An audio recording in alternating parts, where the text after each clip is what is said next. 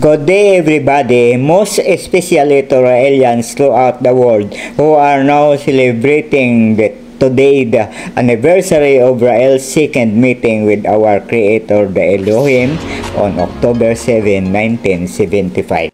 Dahil ngayon ngay October 7, ito ay anniversary ng October 7, 1975 kung saan si Rael ang tinatawag naming propeta sa makabagong panahon ay nakipagkita sa ikalawang pagkakataon sa Elohim at dinala siya sa planeta ng mga Eternals.